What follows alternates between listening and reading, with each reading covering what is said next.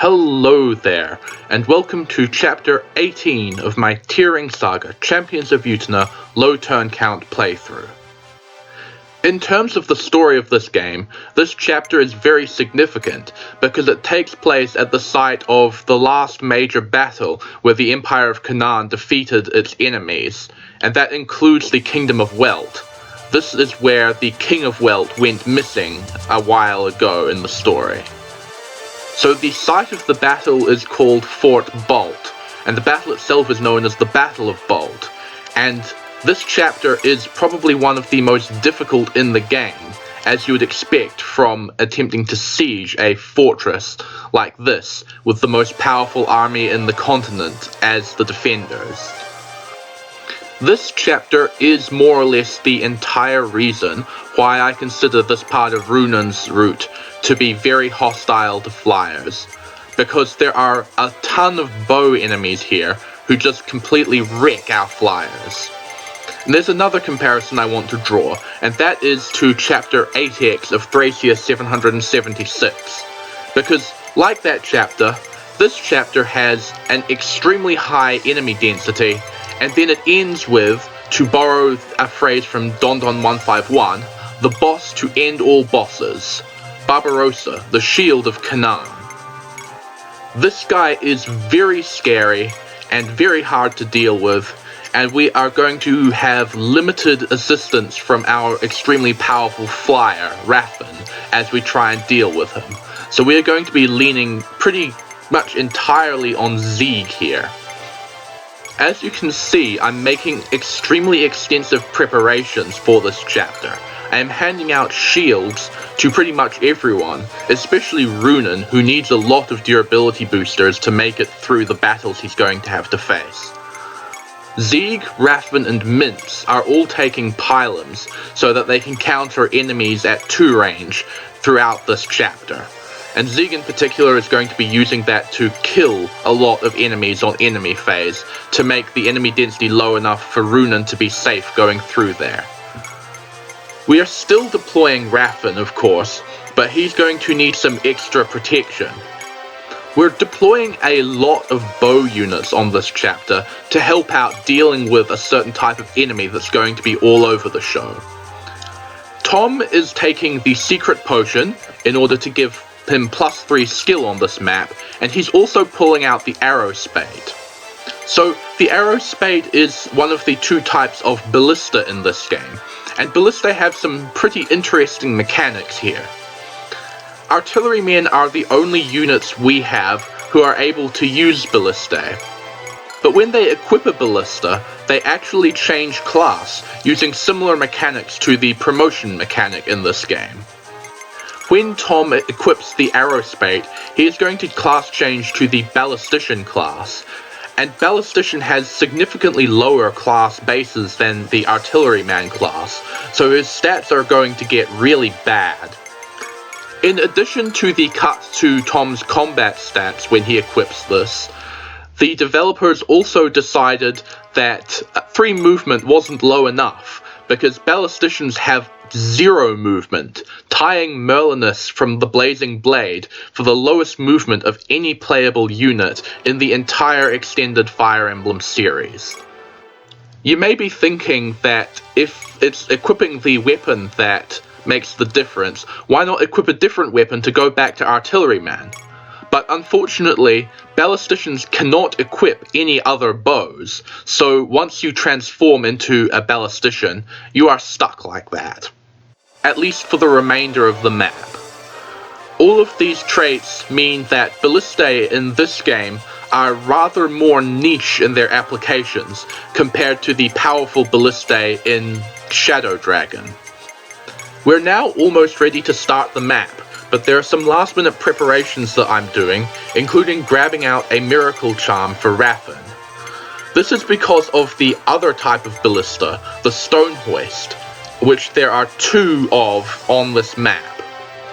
The class for the Stone Hoist is called Catapulter, and the Stone Hoist weapon itself has 20 might and effectiveness against flyers, and that means that if a Catapulter hits Raffin, he is easily going to be obliterated in a single hit, because 60 effective might is no joke. Fortunately, the stone hoists are not terribly accurate, and so Raffen is usually able to dodge both of them, but we give him the miracle charm in order to add a little bit of reliability to this first enemy phase. We have to use Raffen in this dangerous position, because he is the only unit who is able to break down this door for Zieg so that he can get into the fortress on the next turn. A hit from Mintz plus a hit from Raffen is not enough to break the door down, and unfortunately you cannot flurry doors, so we have to make use of Raffen here. And thankfully he manages to walk away from it just fine.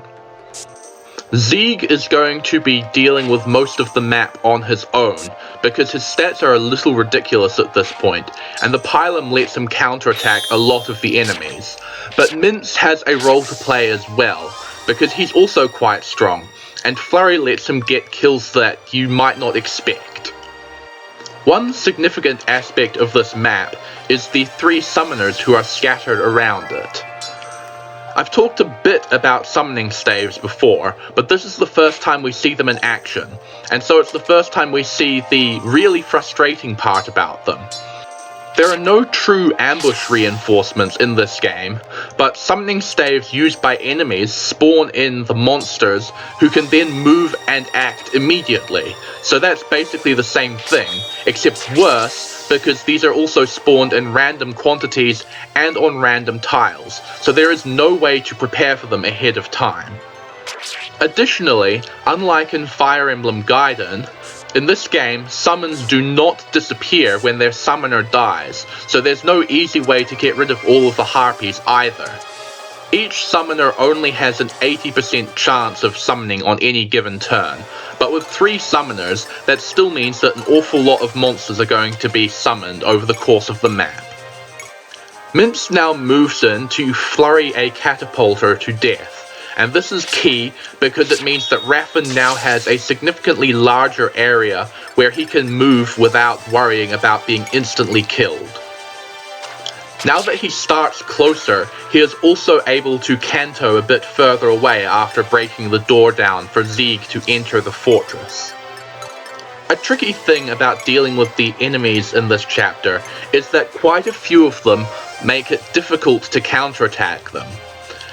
There are enemies with arbaleths in here, which have 2 to 4 range, and there's also a longbow enemy, and those cannot be countered by the pylon that Zieg has. Tom has now class changed into the ballistician class by equipping his arrow spade, and he is picking off some of the harpies in order to ensure that Raffen manages to survive the next enemy phase. This Harpy Summoner is the reason why I deployed as many bow units as I did. This chapter is a siege chapter, and Runan's path to the siege point is extremely tight. In fact, the first time I attempted to LTC this map, I completed it in 5 turns because I didn't notice that I lost a tile of movement somewhere along the way, presumably due to an enemy being in the wrong place at the wrong time. So when I first saw Moogle Boss's LTC not long afterwards, I was surprised and a little bit annoyed, because I thought I'd done very well, and losing a turn to miscounting tiles is just frustrating. Fortunately though, or maybe unfortunately, I had also missed a step in the Latina event, so I had to reset back to before chapter 16 and redo the entire bit. So I managed to get the 4 turn in the finished version of that run at least. Zieg is about to cap off this enemy phase by killing an enemy High Mage, and it doesn't seem notable, but that High Mage actually has a Blizzard Tome equipped, which has the same magical freezing effect as the Sylphid Tome. So it's lucky that Zieg got that dodge, otherwise that High Mage would not have died on this turn. This guy adds to the frustration of clearing this place out, because the Blizzard Tome is another way of denying counterattacks by Zieg. Fortunately, by killing this high mage, Zieg reached 21 strength, and that means that he is now able to one-hit KO the boss if he gets a critical hit with his killer lance.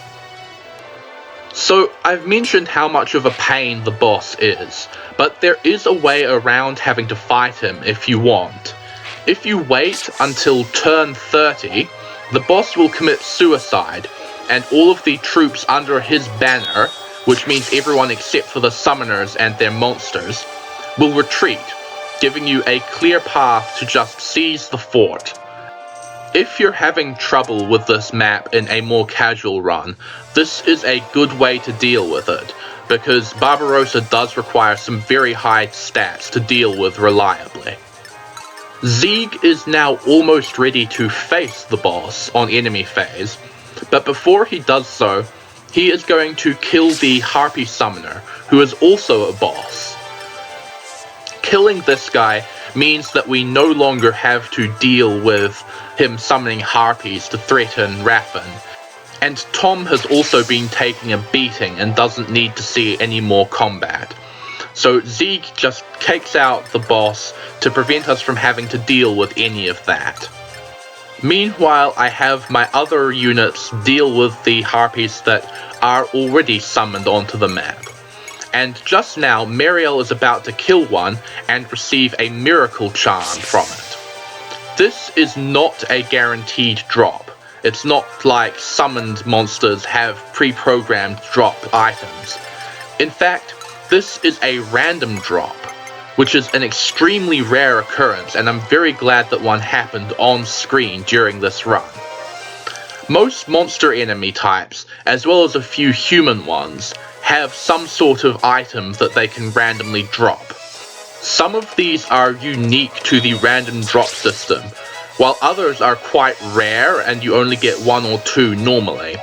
But for some monsters, there also is a chance to drop a fairly common item, such as the Miracle Charm that we just got from the Harpy, and I'm very glad that we got that Miracle Charm to replace the one that got used up by Raffen at the start of the map.